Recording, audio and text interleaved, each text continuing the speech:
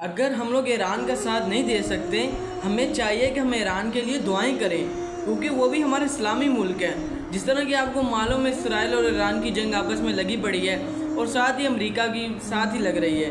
تو ہمیں چاہیے کہ ہم اسلامی ملک، ایران ہمارا اپنا اسلامی ملک ہے، اسرائیل وہ ملک ہے، وہ بغیرت ملک ہے کہ جس نے پہلے فلسطین کو تباہ کیا، پھر اس کے بعد اب ایران کے پیچھے ہے، اور اس کے بعد اس کا اگلا نمبر پاکستان ہے۔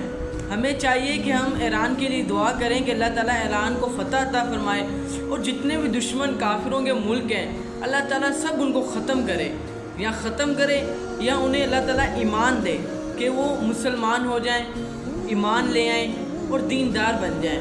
میری یہی آپ لوگوں کے لیے ویڈیو ہے کہ آپ لازمی دعا کیا کریں، تسبیح کیا کریں، نماز پڑھتے ہیں اس کے بعد دعا کیا کریں۔ امام صاحب ہوتے ہیں مسجدوں میں نمازیں پڑھاتے ہیں، ان کو بھی چاہیے کہ وہ بھی دعا آخر میں کروا دیا کریں، یا دل کے اندر خود مانگ لیا کریں اگر نہیں منگوا سکتے۔ تو شکریہ، امید ہے کہ آپ بھی اس پہ عمل کریں، انشاءاللہ میں بھی اس پہ عمل کروں گا۔